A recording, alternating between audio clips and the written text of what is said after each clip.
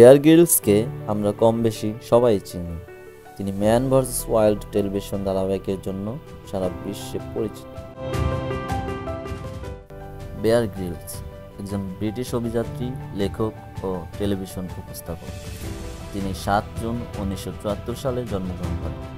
তার পুরো নাম Edward Michael Bear Grylls. Bear Grylls তার ম্যান ভার্সেস ওয়াইল্ড টেলিভিশন ধারাবাহিকের জন্য সর্বাধিক পরিচিত।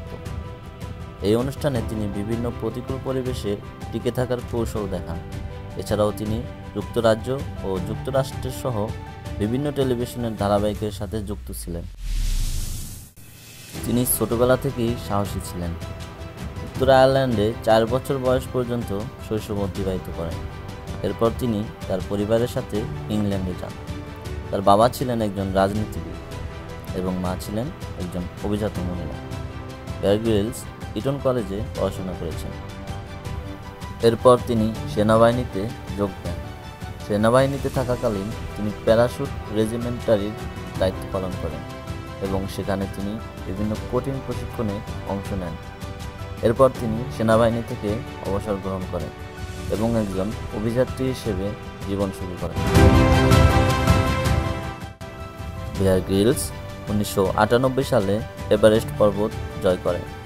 তিনি সবচেয়ে কম সময়ে এই পর্বত জয় করার কৃতিত্ব অর্জন করেন। এরপর তিনি বিভিন্ন দুর্গম স্থানে ভ্রমণ করেছেন এবং সেখানে টিকে থাকার কৌশল দেখিয়েছেন। Bear Grylls Man versus Wild অনুষ্ঠানের মাধ্যমে বিশ্বজুড়ে পরিচিতি লাভ করেন। এই অনুষ্ঠানে তিনি বিভিন্ন প্রতিকূল পরিবেশে যেমন মরুভূমি, জঙ্গল, পর্বত এবং বরফে থাকা অঞ্চল পর্যন্ত টিকে থাকার কৌশল দেখিয়েছেন। তিনি দর্শকদের কাছে একজন সাহসী এবং আত্মবিশ্বাসী অভিযাত্রী হিসেবে পরিচিত।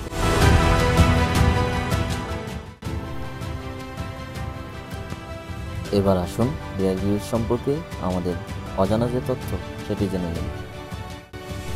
তিনি তার কাজের পাশাপাশি অনেকগুলো বইও লিখেছেন। তার মধ্যে উল্লেখযোগ্য হল mad sweat and tears, beyond the wild এবং হাউ টু স্টে অ্যালাইভ।